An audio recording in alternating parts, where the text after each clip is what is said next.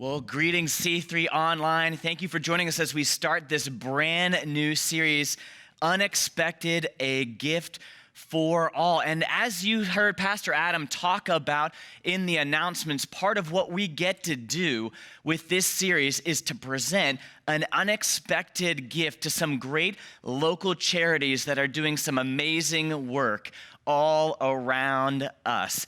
And just like we got to see with the Life Pack, these ministries are reaching out to people who we may not be able to see directly, but the impact of the gift that we'll be able to give will be a true blessing to them and help them to see the true meaning of what Christmas is all about.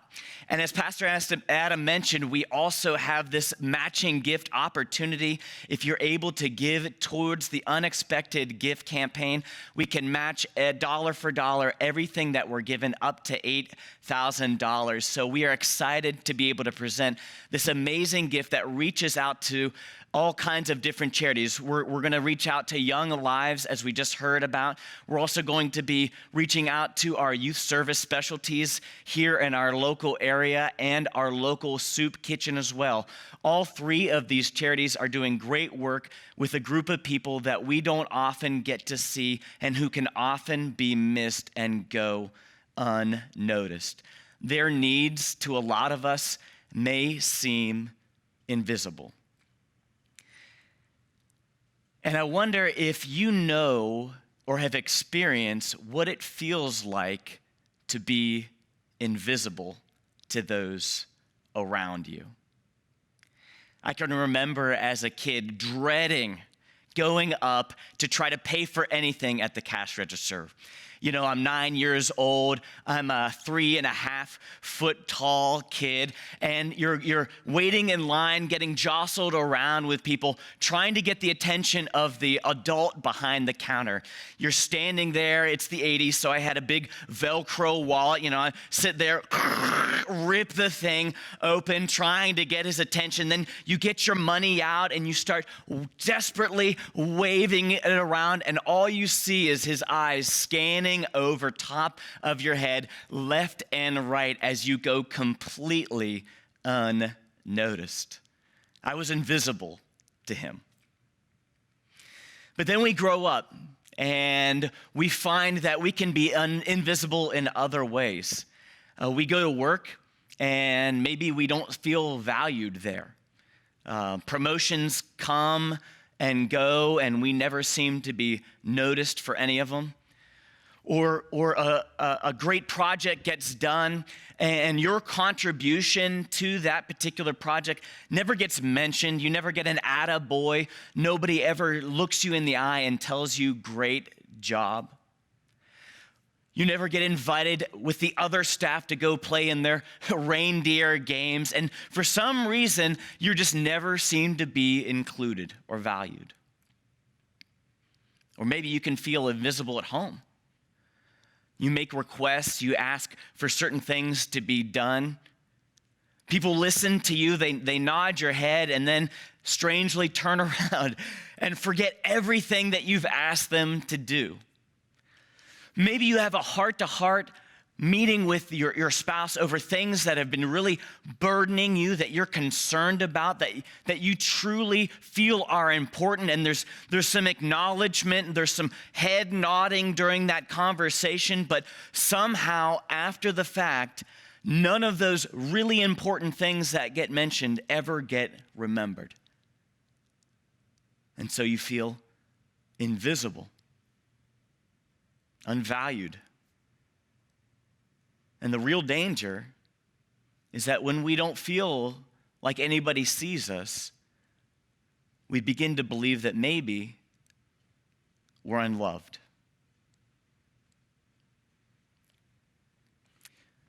But I have something to offer all of us who may feel invisible.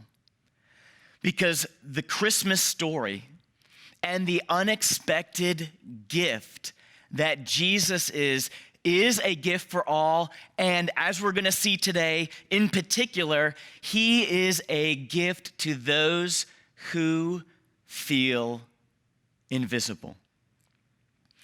And today we're going to see how Matthew, one of Jesus's first followers, when he gets to tell the Christmas story in his biography about Jesus, he makes sure to highlight in the telling of that story the people who might feel invisible.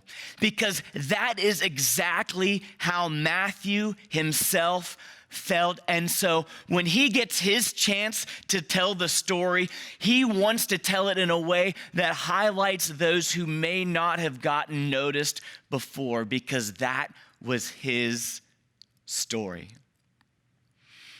And he's going to tell that story of Jesus coming into the world by telling a really lengthy genealogy, which last week after we watched C3 online, I told my family, we were sitting there wrapping up the service, said, hey guys, next week Daddy's up and I'm going to be preaching on a genealogy. And there was this, I don't know if it was a groan as much as, if you can imagine the sound of a person who took a really big breath of air and then someone sat on their chest and crushed all the air and life out of them. That's the noise that came out of my family's mouth when they heard that I was preaching on a genealogy, because genealogies in the Bible are the notoriously boring part of the Bible.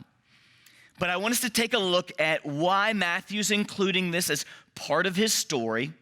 And when we see the story of the genealogy truly played out, we're going to see it as a story that really is there to show something amazing, that God visibly values the invisible. In fact, that's going to be our big idea for this morning, that Jesus visibly values the invisible. And so let's get to Matthew's genealogy and see how even in this notoriously boring passage, he accomplishes this big idea. We're going to take our reading here from the beginning of the book of Matthew as he starts the story of Jesus through a genealogy full of begats. Matthew chapter 1, verses 1 to 3. The book of the genealogy of Jesus Christ, the son of David, the son of Abraham. Abraham was the father of Isaac, Isaac the father of Jacob, Jacob the father of Judah and his brothers, and Judah was the father of Perez and Terah by Tamar, and Perez was the father of Hezron, and Hezron the father of Ram, and so forth and so on. And it goes on for a long, long time. Lots of begats and begats and begats and begats. So what's the point of what Matthew is trying to do here? Well, the point of a genealogy is for him to show that God, who made promises long ago, is faithful to keep his promises. God had promised to Abraham and to David that through their line, a blessed king would come. That this child of Abraham and this child of David would come one day and become the king of Israel. In fact, that's why Jesus here is called Christ, because that name Christ isn't his last name, it's a title.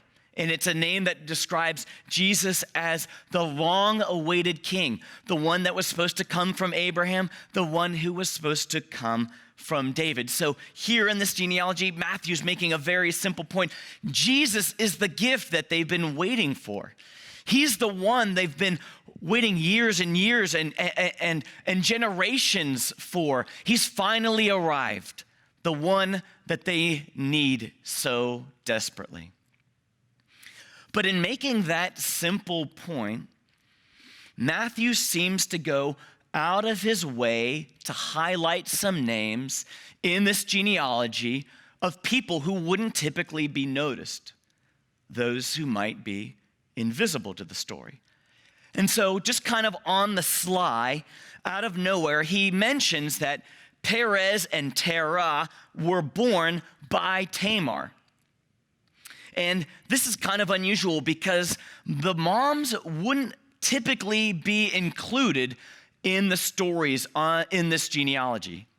But in fact, Matthew not only does it with Tamar, but he also goes on to mention 3 other moms in his story. Here in verses 3 through 5, he mentions Tamar, he mentions Rahab, he mentions Ruth. These women were included because they would be invisible to the normal reader of those stories. These were ladies who lived their lives being overlooked. And so Matthew chooses to include them here to show how Jesus visibly values the invisible. Tamar was someone who went unheard. Her story was she had gone over and over again to her father-in-law, asking for him to give another son so that she could be married and wed.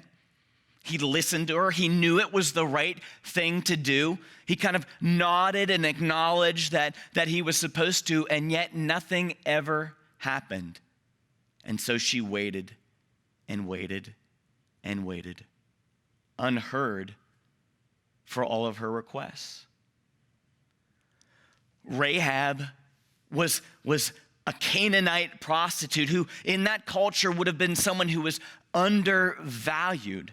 It was a role in that culture where people didn't respect you. They wouldn't look at you when you passed by them in the street. She was invisible to those around them. Ruth was in danger of going unloved. She was widowed at a young age and decided to follow her mother-in-law back into a foreign land. But her mother-in-law begged and pleaded with her not to go because she knew that in that culture, as a widow, she would go unloved. She looked at her and saw her going 30, 40 years as a widow with no one to love or care for her, and she pleaded for her not to come because she didn't want to see Ruth become invisible to those around her. See, these 3 ladies were invisible to the world, but they weren't invisible to God. And he comes alongside of their stories and weaves them into his amazing story of redemption and inclusion in the story of his son, Jesus, the most visible story ever told. Because God here visibly values those who feel invisible. And that was Matthew's story. So Matthew was a tax collector in that culture, and because in the first century Israel was ruled over by the Roman Empire, for him to be a tax collector meant that he was a colluder, that he was working with this foreign power that had come in and was oppressing his own people. And so, because his own countrymen had nothing else that they could do to punish Matthew, they punished him by ignoring his existence. You know, like kids sometimes pretend that they can't hear you. You're like, they play this game where like you act like you can't hear what the other person is saying, and you make them feel like they're all alone and invisible in the world. That's what everybody around Matthew was doing. And it wasn't just some game that they were playing. They actually wrote things down in their own law to make sure that Matthew felt invisible. So, for instance, in the first century, if you were a tax collector, you couldn't testify in a trial as a witness.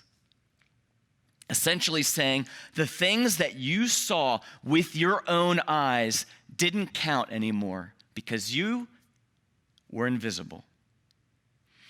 And in the first century, if Matthew had gone to church and wanted to give an unexpected gift to the church, they were unable or unwilling to accept any money or gifts from a tax collector. The money that he made didn't count, because as far as they were concerned, Matthew was invisible. But he wasn't invisible to Jesus. And so one day, Jesus comes back to town. He comes back to the town of Capernaum. It's a town that Jesus is familiar with. He's been there doing ministry before. It's also a town that's familiar with Jesus. He's a known person there. And Matthew's there, sitting in the tax booth. Now, Matthew doesn't really know Jesus at this point in the story that we're about to see. He knows some things about Jesus. He knows that Jesus is a famous religious individual, but he hasn't gotten to meet Jesus yet. And here he is, sitting in the tax booth, and then he sees Jesus coming. And Jesus is staring right at him. And this is what happens. Matthew chapter 9, verse 9. As Jesus passed on from there, he saw a man called Matthew sitting in the tax booth. And he said to him, what do you think he said? Or maybe, more importantly, what do you think that Matthew would have expected Jesus to say to him as he sits there at the scene of the crime in his tax booth, seeing Jesus lock eyes with him? Now, if you're the tax collector, most people don't want to make eye contact with you. They want to look the other way. They want to ignore you. The very few people who probably wanted to stare lock eye with Matthew were people who wanted to give him a piece of their mind. Probably a lot of the religious people, famous religious people, maybe made a big show of that in Matthew's life. They would come up to him, explain to him why and who he was and why he was doing wrong things, and they would berate him as he sat there in the tax booth. And here's Matthew sitting there watching Jesus, this famous religious person, staring right at him. He's coming right at Matthew. He opens his mouth and he says to him, "Follow me." Follow me. Jesus visibly values the invisible. But not even just Matthew. He goes on to meet all of Matthew's notorious friends. So after Jesus calls him to follow him, Matthew invites him over for dinner one night. And this is what happens. Moving on to the next verse, here's verses 10 through 13. As Jesus reclined at table in the house, this is Matthew's house, behold, many tax collectors and sinners came and were reclining with Jesus and his disciples. And when the Pharisees saw this, these were the other famous religious folks, they said to Jesus' disciples, "Why does your teacher eat with tax collectors and sinners?" But Jesus, when Jesus heard it, he said, "Those who are well have no need of a physician, but those who are sick. Go and learn what this means. I desire mercy, not sacrifice. For I came not to call the righteous, but sinners." Matthew's so overjoyed at the unexpected gift of Jesus coming up to him and saying, "You're included, come and follow me." He decides to throw a party, right? When you receive a gift like that, you want to celebrate. But Matthew, nobody wants to come to his house. This is like Christmas with the Cranks, and they can't get anybody to come over at the last minute. So the only people that Matthew can invite are all of his notorious friends. So they all pile in to see this unexpected Jesus who's looked one of their own in the eye and acknowledged him and valued him and cared for him. And Jesus reclines with them and celebrates them and includes them into his love and care. But then another group comes along, these Pharisees, the other famous religious people, those who would have typically berated Matthew and his friends. And they come and they make some commentary on the significance of this dinner party. They say, "Why does your teacher eat with tax collectors and sinners?" Sinners. It's just like a big bucket category that they had for everybody who was undesirable. Everybody who didn't measure up. Everybody who didn't do the right things in their eyes. Everybody who, in their estimation, truly didn't count in that culture. Everybody who maybe they wished would be invisible. They all put them in this one bucket and called them sinners. Those people. But Jesus takes that term that they just used and turn it around. He turns around and says, "I did not come to call. I didn't come looking for the righteous, those who culture holds up as valuable. I have come to see, to value, to care for the invisible, the sinners." Jesus here visibly values those who feel invisible. And maybe that's how you feel. As you go through life day in and day out, you feel invisible to folks. You ask for things. You share your concerns and feelings with them. You try to make who you are known to folks. And they look and they politely listen. And then they never do anything about it. And so you feel unvalued, unheard, invisible to them. And Jesus speaks to those who feel unheard. And he says, "Come follow me. I see you. I see exactly where you are. You can come and follow me." Or maybe you feel undervalued, that the things that you do, the contributions that you make, the efforts that you do day in and day out aren't received. They're not noticed. Nobody's tallying those things up. You're not getting any cards in the mail. You're not getting any encouraging messages from anyone on the things that you're doing.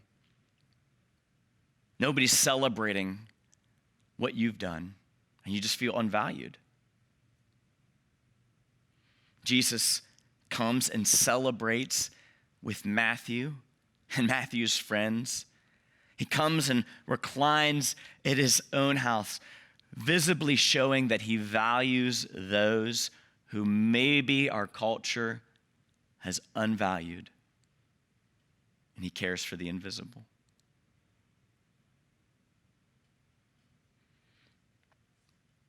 Maybe all of those things boil down to one deep,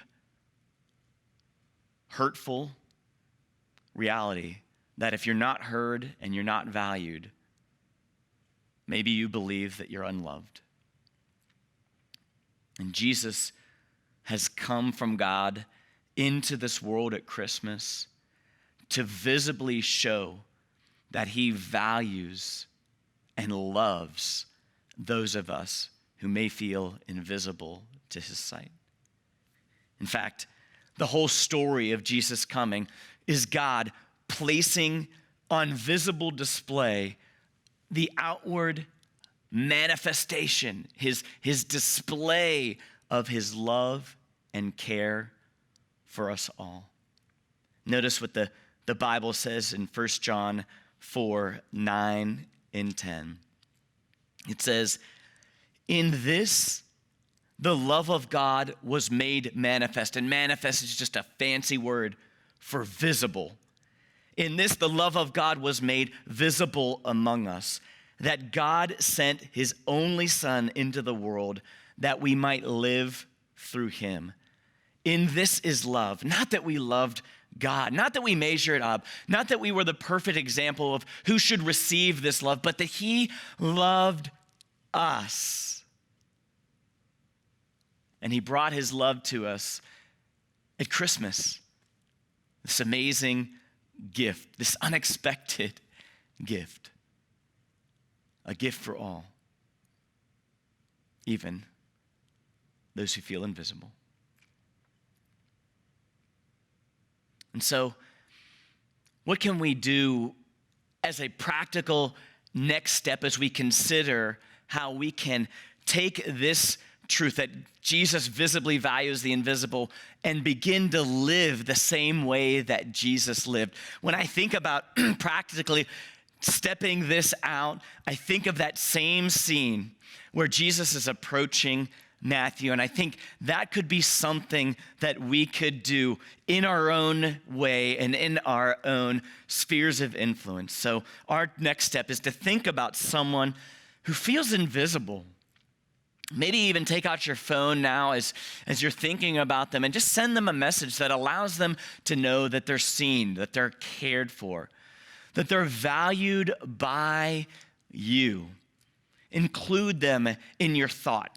Include them in the celebration of Christmas. Invite them to come and watch this message, or invite them to come and be a part of this season of celebration, and allow them to recognize the fact that you value who they are and that they're important to you.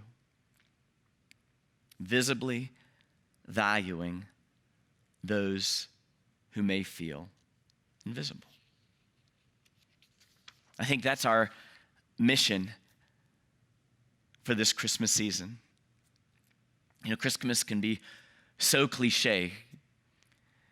You know, we go through the same motions year after year. We get out the same decorations. We go through the same shopping rituals, and we get out the same clothing that we typically wear. And maybe we're not doing as much this year, but it can feel very routine. And we can go through the whole season and not really get the surprise that Matthew wants us to see here. That here at Christmas, God does something absolutely incredible. That God brings an unexpected, undeserved, an overwhelming gift, the gift of his son Jesus. And that gift struck Matthew so powerfully that it utterly transformed his own life, because Jesus locked eyes with him and visibly valued Matthew, someone who felt invisible. And that gift needs to be shared with others. Because when we share it with others, then we begin to live out this story and be included in this story of Christmas. Telling the most amazing story ever of an unexpected gift, a gift for all. Let's pray. Father, thank you that here in this story we can see ourselves. Maybe when nobody else can see us, maybe when we feel invisible to those who are around us. You come alongside of us and lock eyes with us and tell us to come follow you. Thank you for this great invitation into the most amazing story ever told, the story of your love becoming visible to the world through the great sacrifice of your Son, Jesus. We thank you for this and pray for all these things in his name. Amen.